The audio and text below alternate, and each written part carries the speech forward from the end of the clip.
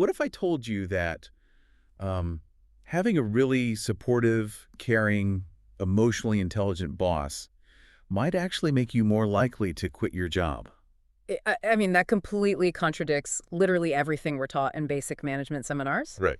You're always told, people leave managers, not companies. Exactly. So the whole assumption is that if you have a great manager, you're going to stay, like, no matter how bad the company But is. today, we are digging into a data set that completely flips our understanding of leadership and burnout totally on its head. Oh, wow. Okay. Yeah, we're looking at an environment where that conventional wisdom just completely breaks down. I'm intrigued. And to do this, we're actually doing something entirely unique for this deep dive. We're taking you, the listener, into one of the most intense, intellectually rigorous rooms in academia. Oh, I know where this is going. We're doing a simulated adversarial dissertation defense. Oh, man. A doctoral defense is, well, it is definitely not a victory lap. Not at all. It's an intellectual crucible. For anyone listening who hasn't been through it, I mean, the committee's entire job is to find the cracks in your foundation. Yep. They stress test your methodology, and they just push back relentlessly on every single claim you make. They're actively looking for the structural vulnerabilities in your logic. Right. It's intense. So whose research are we defending today? We are looking at a dissertation by Robert Frazier titled Calling Incapacity, a study of turnover and performance, and the moderating role of leadership support in U.S. faith-based nonprofit SMEs. Okay, that is a mouthful. But I like it. So what's our game plan? So our mission today is for you, our listener, to intellectually survive the committee's attacks. I love that. So the listener is the candidate. Exactly. And I'm going to act as your defense coach. Okay, so you're in their corner. Right. My job is to guide you with calm, precise, doctoral, and completely honest advice on how to navigate the room. Which, I guess, leaves me to play the bad guy. You get the fun part, Yeah. or playing the dual adversarial roles of the committee. Perfect. I am ready. So sometimes I'll act as the chair, right? Yep.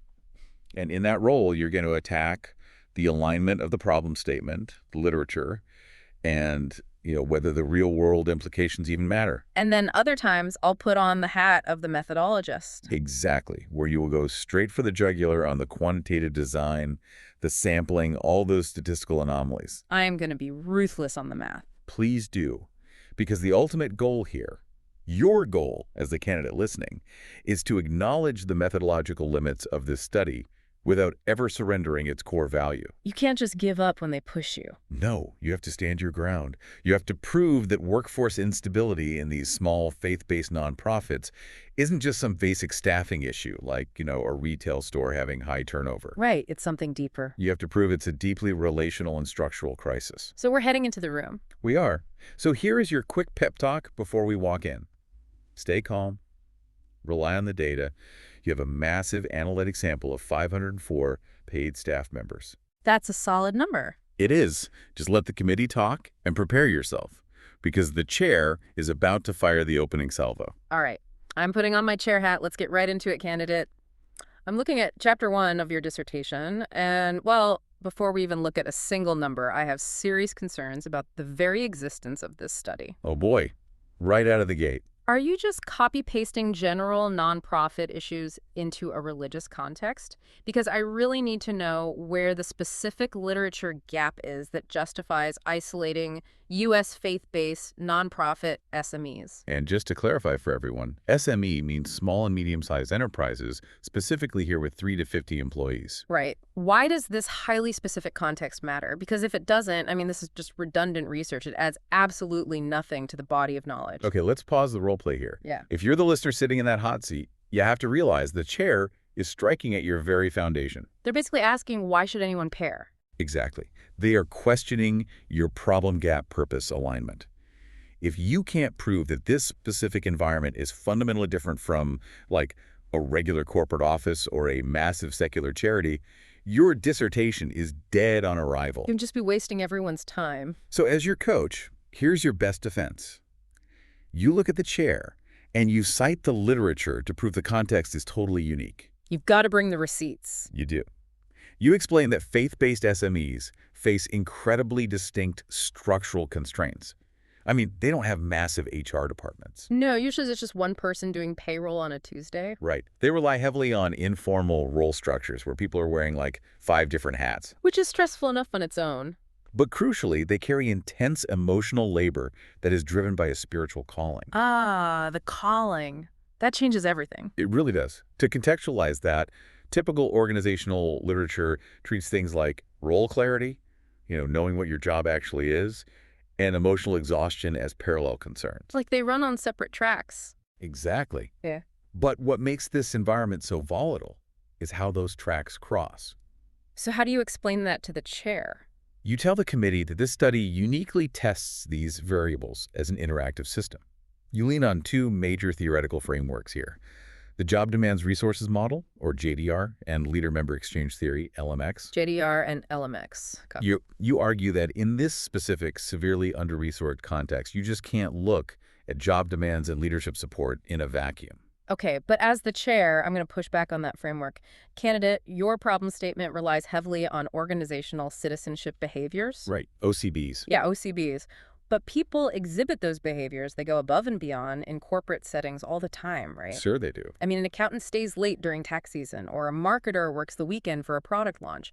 How does that specifically apply to faith-based SMEs to the point that it requires its own dissertation? Okay, this is a fantastic trap the chair has set. All right, try my best. They're trying to equate a corporate bonus structure with spiritual devotion. So your final retort here has to completely separate the two. How do you do that? You explain that in a corporate setting, organizational citizenship behaviors are often transactional. Right, you stay late for a promotion. Or a bonus, Yeah. or get to impress the boss. But in faith-based settings, OCBs are internalized as a vocational calling. Oh, that is a massive psychological distinction. It really is. If a corporate employee is asked to work a 70-hour week for no extra pay, they'll eventually look at their contract, realize they're being exploited, and just quit. Yeah, they'll walk right out the door. But in a faith-based nonprofit, If you refuse to work that 70-hour week, you might feel like you're failing your spiritual mission. exactly, you might feel like you are failing God. Wow. And that makes these employees uniquely vulnerable to burnout when structural leadership support is missing. They will literally work themselves into the ground because the calling demands it. That completely validates the need for the study right there. Right. It isolates a psychological mechanism that just doesn't exist in the same way in secular corporate environments. So the core insight we take away from this first attack is our memory hook. In faith-based SMEs, the mission is a calling. But without formal structure, that calling becomes the very mechanism for burnout. Okay, the chair nods. You survived the foundational attack. You. But we're moving on. I am putting on the glasses of the methodologist now. Uh-oh. Here comes the mouth. Because having established why this study exists, I'm now going to attack how you built it. We are going straight after the structural integrity of your quantitative methodology. This is usually where defenses completely fall apart. Candidate, you used a cross-sectional correlational design. Furthermore, you utilized non-probability purposive sampling via Amazon MTurk and various social networks. Oh boy, here it comes. Let me be blunt. How can you possibly claim generalizability to the broader population? And how dare you imply any sort of causality from a single snapshot in time using an internet sample? Okay, let's break down the severity of this attack for the listener. The methodologist is basically accusing you of two cardinal sins in statistics. The big ones. First, implying causality when you don't have an experimental setup. A cross-sectional design is literally like taking a single photograph of a crowded room. Right, you can see two people standing next to each other. But you can't prove who walked up to whom. You can only prove they're associated in that exact moment. And the second sin. They're attacking your sample. Yeah. Using MTurk, which is a crowdsourcing marketplace, invites massive selection bias. Oh, absolutely. If you take the bait here and try to argue that your study proves that bad leadership causes burnout, you fail the defense instantly. Instantly. Your methodology cannot support that claim. So what's the play? How do I defend this? Your best defense answer here is absolute, almost aggressive academic realism. Aggressive realism. I like that. You concede the causality point immediately. You look the methodologist dead in the eye and say, we cannot and do not claim causality. Correlational designs test associations. They do not test causes. Boom! That neutralizes the first half of the attack perfectly. Exactly. But what about the sampling? They're still going to come after MTurk. That's where you defend the rigorous eligibility criteria you put in place. Yeah. You didn't just throw a wide net on the internet and take whatever random data came back. You bounded it. Strictly, for instance, you tell them respondents had to be paid staff. You completely excluded volunteers. And that is a critical methodological choice. Managing volunteers versus paid workers introduces completely different operational dynamics. Totally different. Volunteers don't have wage pressures. If they get burned out, they can just walk away without losing their livelihood. But paid staff are trapped by different economic realities. So you highlight that distinction. You do. You state that respondents had to be paid staff, 18 years or older, working in a U.S.-based organization with exactly 3 to 50 paid staff members, and they had to have a direct supervisor. That's very specific. And then you drop the hammer with your sample size. You remind the methodologist that your final analytic sample was N equals 504. Wow, okay. And that exceeds the required amount. It vastly exceeds the a priori G-power requirement of 384. And for context, G-Power is a statistical software used to calculate the minimum sample size you need to detect an effect, right? Exactly. Hitting 384 means your study has enough statistical power to trust the results. So hitting 504 means you have a highly robust data set. Very robust. But as the methodologist, I am still not completely satisfied.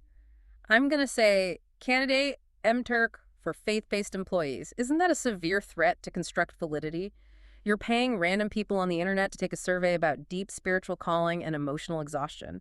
How do you know they aren't just clicking buttons to get paid? Do not get defensive here. The methodologist is just testing your quality control. I want to see how clean the data really is. This is where you calmly lay out the absolute gauntlet of screening mechanisms you built into the survey. You didn't just trust the MTurk platform. What did you do? You used rigorous attention checks hidden inside the survey, like a question that literally says, if you're reading this, select strongly disagree. Oh, I love those. If they fail that, their data is just thrown out. Trashed immediately. It proves they're actually reading the items, not just straightlining their answers down the page. Okay, that helps. Beyond that, you use truthfulness items at the very end, simply asking, did you answer these questions honestly? People will actually admit if they didn't. Surprisingly, yes. Yeah. But most importantly, you used range-based screening items before the survey even began. Like what?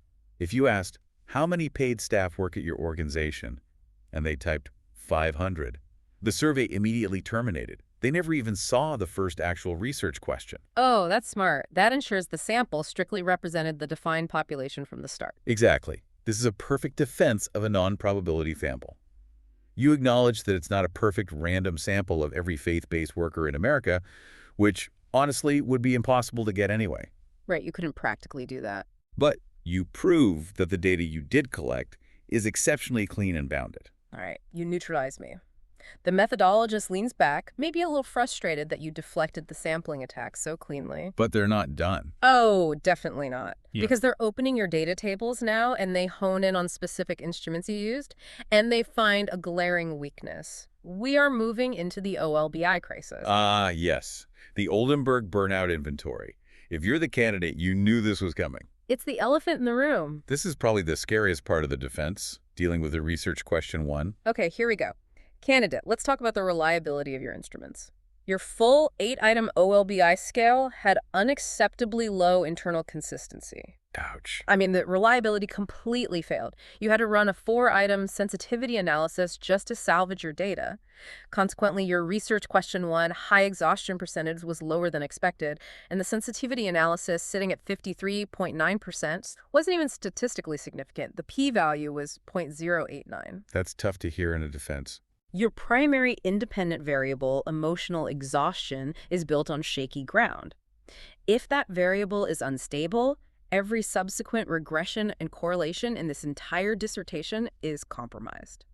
If you are the listener, let me explain why this is a total nightmare scenario in a defense. Please do. Internal consistency, which is usually measured by a statistic called Cronbach's alpha, basically asks, are all the questions in this survey measuring the exact same thing? Right. If I ask you 8 questions about being exhausted, your answers should generally move in the same direction. Exactly. If they don't, the instrument is broken. It's like trying to measure someone's height with a ruler made of elastic. And the methodologist has just found the elastic ruler in your study. Yep. And trying to hide this or pretending it isn't a big deal, that is the fastest way to fail. The committee already knows the math is bad. They want to see if you know what to do about it. So what's the best defense answer here? It requires total, unflinching honesty. You acknowledge the 8-item scale's low consistency right out of the gate. You do not make excuses. Own it. But then you pivot. You pivot to defend the 4-item sensitivity composite, and you do it by explaining why the 8-item scale failed in the literature. And the reason is actually really fascinating. The full OLBI scale is designed with a mix of positively worded items and negatively worded items. Right, to prevent people from just checking the same box all the way down the page. A negatively worded item might be, after my work, I regularly feel worn out. And a positively worded item might be, after my work, I feel energized. You reverse score the positive ones so they all measure burnout. But the research points out a massive flaw in this approach when you apply it to highly mission-driven contexts. It really does. Yeah. Positively worded items in the OLBI introduce contamination from engagement-related content. I need an analogy for this. Okay, I like to use the thermometer analogy. Yeah. Imagine you're trying to measure the baseline temperature of a room. You set up 8 thermometers. Okay. But 4 of those thermometers are placed right next to a space heater. Oh, they're going to give you completely contaminated readings. Exactly. In this study, asking a faith-based nonprofit worker if they feel energized by their work might measure their spiritual engagement or their love for the mission rather than their actual physical exhaustion. So they might be completely physically exhausted, but they say they're energized because they just saw a life change. Yes. Yeah. The space heater of their calling is contaminating the thermometer, measuring their burnout. That makes perfect sense. So by running a sensitivity analysis and isolating only the 4 negatively worded items, you're removing the space heaters. You're testing for pure burnout, stripped of the noise of spiritual engagement. That is exactly what you tell the committee. But as the methodologist, I'm going to lay a trap based on that exact explanation. Bring it. Well, candidate, if the 4-item composite was objectively better at measuring pure burnout and mathematically more reliable, why didn't you just replace the 8-item scale entirely for your primary analysis? Why report a failing scale at all? As the coach, I am telling you right now, this is a test of your doctoral ethics. It's a huge trap. If you say, you're right, I should have just deleted the 8-item scale, you prove you don't understand research integrity. So what's the retort? Your final retort here is the ultimate doctoral response. You say, to preserve alignment with the pre-specified fixed measurement plan. Oh, that is music to a methodologist's ears. You explained that before you collected a single piece of data, your methodology was reviewed and approved by the Institutional Review Board, the IRB, and this very committee. Right, you can't just change the rules. In a fixed quantitative design, you cannot just swap out instruments after you see the data because you don't like the results. That is called p-hacking, and it is statistical malpractice. So you retained the 8-item scale for the primary analysis because you had to honor the approved methodology. But you transparently reported the 4-item sensitivity analysis right alongside it.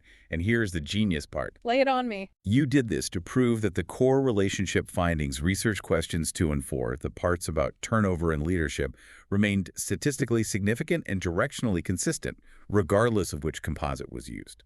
Oh, wow. So even though the elastic ruler messed up the exact count of how many people were exhausted? The association between exhaustion and wanting to quit remained rock solid, whether you use the 8-item or the 4-item scale. You proved the relationships are robust despite the instrument's flaw. That is bulletproof. So our core takeaway for the OLBI crisis is this. We didn't hide the reliability issue. We exposed it through sensitivity analysis to prove the core relationships hold true. All right, the methodologist is neutralized on the instruments, but they're moving to the statistical output. There we go. And they are looking at research question 4, the moderation finding. This is where the data gets deeply, deeply counterintuitive. We are entering the statistical deep end here, folks. Take a breath. This is the defining insight of the entire dissertation, but it is an absolute minefield to explain. Candidate, you noted some departures from normality in your data, requiring Spearman rank order checks instead of Pearson correlations. Which is fine. Yeah, we can gloss over that as a standard non-parametric robustness check. You did the math right. But here's the real issue.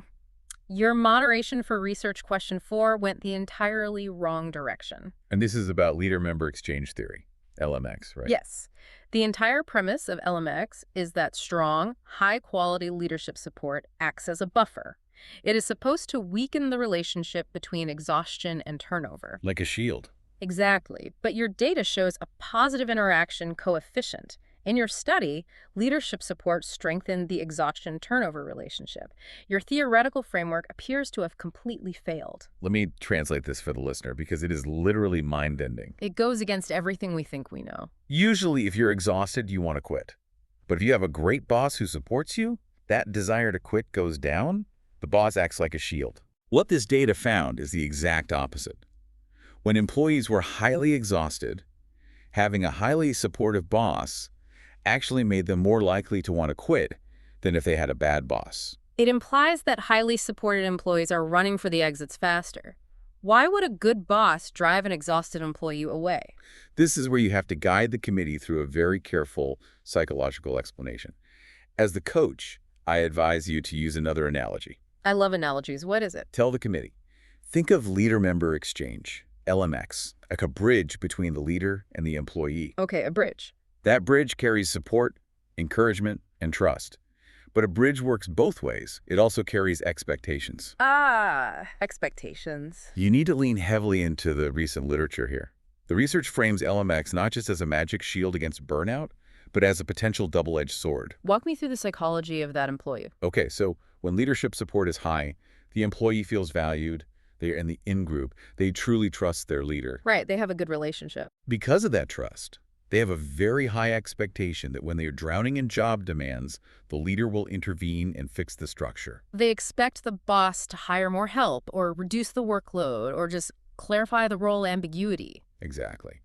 But if that emotional exhaustion persists anyway, because remember, the organization is an SME with no money and the structural demands are simply impossible to fix, the employee's expectations of intervention are totally violated. The psychological contract is broken. Yes. The exhaustion actually becomes more salient. It hurts more. Because the relational support failed to fix the structural burnout. Exactly. The employee looks at their situation and thinks, my boss is amazing, my boss listens to me, prays with me, and supports me emotionally, but I'm still working 70 hours a week and I'm still drowning. And if even this amazing boss can't fix my job, then this job is fundamentally unfixable. You nailed it. But as the methodologist, you're going to push me hard on this conclusion, right? Oh, absolutely. I'm going to say, candidate, are you sitting here telling this committee that good leadership actually causes turnover? You firmly, instantly correct this. How? You say, no, absolutely not.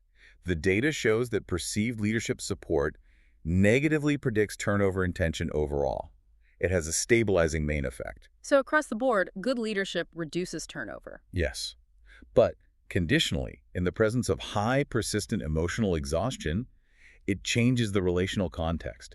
It proves that a good relationship cannot outcompensate for a structurally broken, fundamentally exhausting job. Exactly. Having a great boss doesn't cause turnover.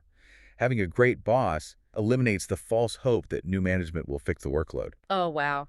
It makes the employee realize that the only way to survive is to leave the organization entirely.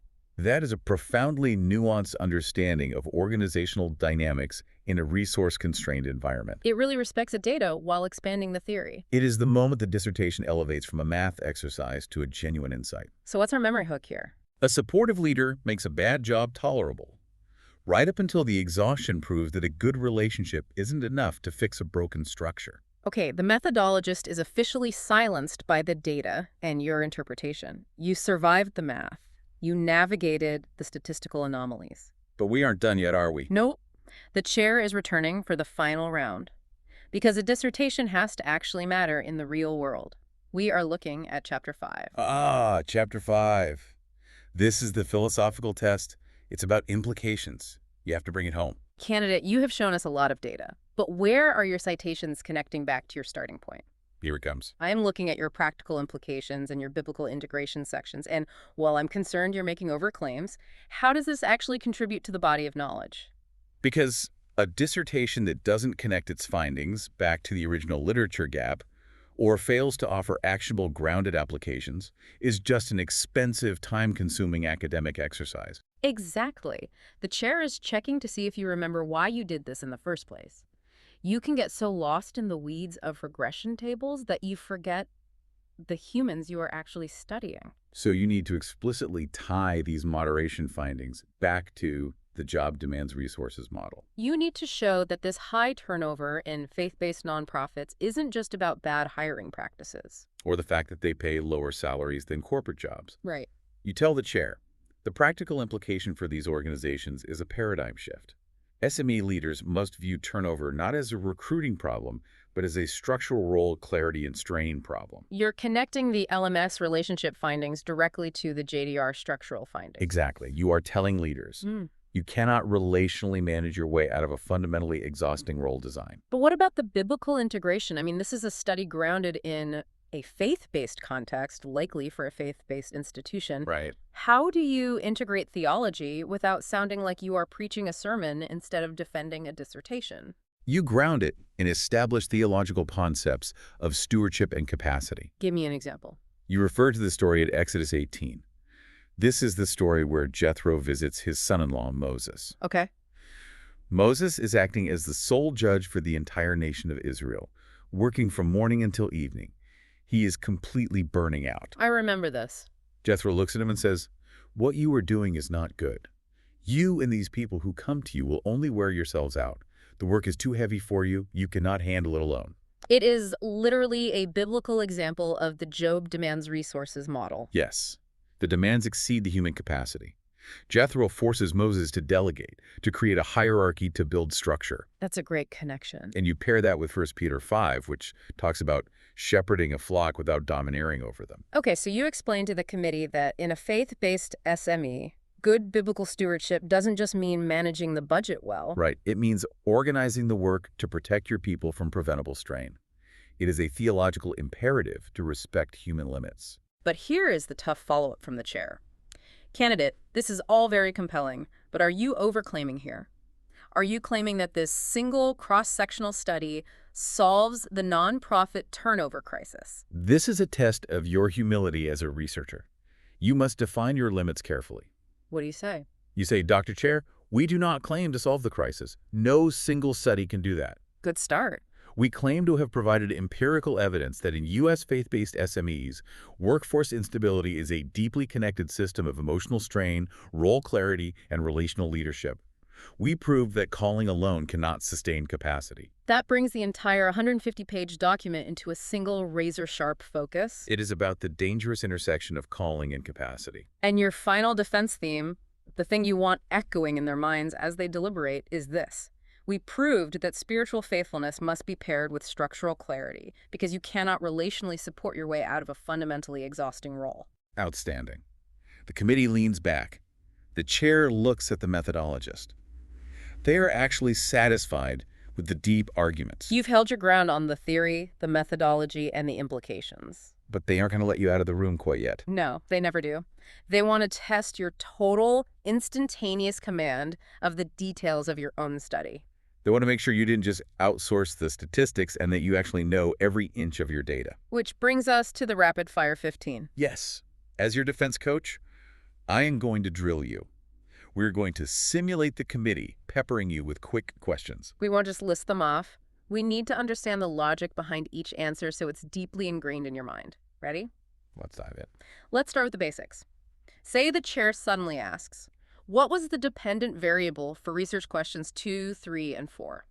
Your answer is turnover intention. You are measuring the intent to leave, not actual turnover. Why is that distinction important? Because getting data on people who have already quit is incredibly difficult. They're gone. So you measure their intent right now. Good. Then the methodologist jumps in. What specific instrument did you use to measure role ambiguity? You reply. The abridged role ambiguity scale. And did you find a significant relationship between role ambiguity and turnover intention? Yes, a positive relationship. You explain briefly that when expectations are unclear, it connects directly to employee withdrawal. Confusion breeds the desire to leave. Exactly. Next, back to theory. What was the primary theory guiding the leadership aspect of your study? Leader-member exchange, or LMX theory. And your secondary explanatory lens, the one handling the structural side? The job demands resources, or JDR model. Moving to performance, how did you measure perceived organizational performance? You state you used Delaney and Huseled's 8-item composite. And what was its relationship to turnover intention? It was negatively related. meaning higher intent to leave was associated with lower perceived organizational performance. When people want to quit, they generally view the organization as failing in its mission. Exactly. Let's hit the sampling again. What was the exact target population size per organization?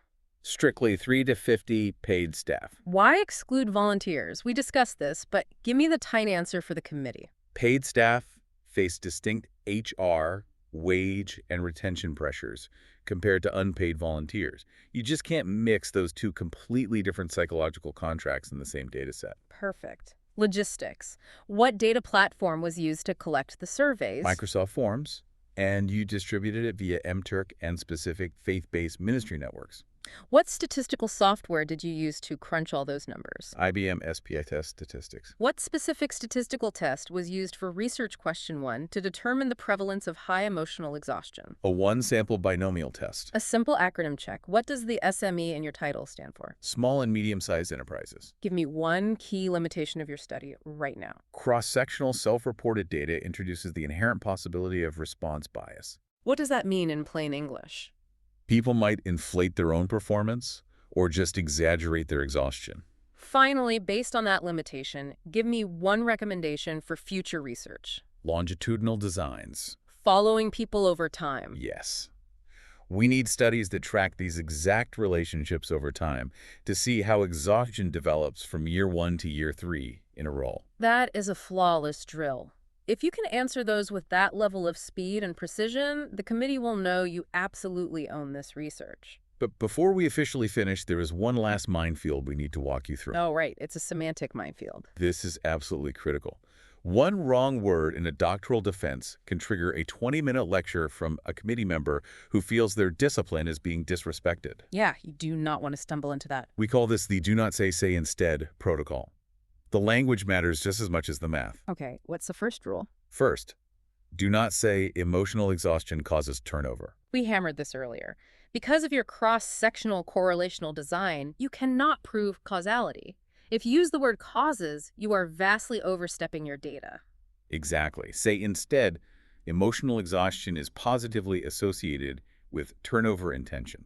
Positively associated, that protects the correlational nature of your design. Right. Second rule, do not say leadership support failed to work in this study. Oh, that completely misinterprets your own moderation finding. It makes it sound like the theory is just garbage rather than nuance. Right. Say instead, perceived leadership support functioned as a conditional relational pattern, changing the context of the exhaustion-turnover relationship rather than acting as a universal buffer. It didn't fail. Its effect was just conditional based on how exhausted the employee was. That kind of linguistic precision is what separates a student from a doctoral scholar. It shows deep respect for the boundaries of science. And with that final answer, the chair looks around the table. The methodologist nods. The chair says, "Thank you, candidate. We ask that you step out of the room while the committee deliberates." You walk out into the hallway, and the door clicks shut behind you. Let's step out of the roleplay for a moment and look at what Robert Fraser actually achieved with this dissertation. It's pretty remarkable. If we pull back and look at the ultimate takeaway, it matters deeply because it brings rigorous empirical data to a space that often relies entirely on anecdote and spiritualized language. It proves that workforce instability in U.S. faith-based nonprofit SMEs isn't just some unavoidable byproduct of low budgets or tough ministry. No, it is inextricably connected to a measurable system of emotional strain, role clarity, perceived leadership support, turnover intention, and perceived organizational performance. It successfully takes massive, established theories like LMX and JDR and injects them into an underexamined, highly mission-driven context. It gives leaders in these organizations a mirror to look into. It tells them you cannot just pray away burnout. You really can't. You cannot just offer emotional support and think you have done your job as a leader. You have to structurally address the demands you are placing on your people. It demands that organizations take actual responsibility for the environments they create. It forces the realization that good leadership isn't just about being a nice, supportive person. It is about providing the structural clarity necessary for people to do their jobs without destroying their mental and physical well-being. Which brings us back to that idea of the organizational blueprint we talked about. Right. You can't always X-ray an organization. You can't always see the invisible load-bearing beams of human capacity. But this research gives us a diagnostic tool to measure the stress before the bridge completely collapses. It takes the invisible, highly subjective forces of calling, exhaustion, and support, and it makes them visible through the data. It gives us a language to talk about why mission-driven people are breaking down. The door to the committee room is opening. They are calling you back in to give you the news. You pass. You defended the foundation, you owned the methodological limits, you survived the OLBI crisis, and you brilliantly explained the counterintuitive moderation. But as we wrap up this deep dive, I want to leave you, the listener, with a final thought to mull over. Something that builds on everything we've unpacked today about the intersection of work, belief, and human limits. It's the core tension that this entire dissertation wrestles with. Lay it on us. If an organization's absolute greatest asset is the spiritual calling and devotion of its employees, what happens when leadership relies so heavily on that calling that it fundamentally breaks the employee's capacity? Can a mission truly be considered sustainable or even ethical if it inherently requires the burnout of the very people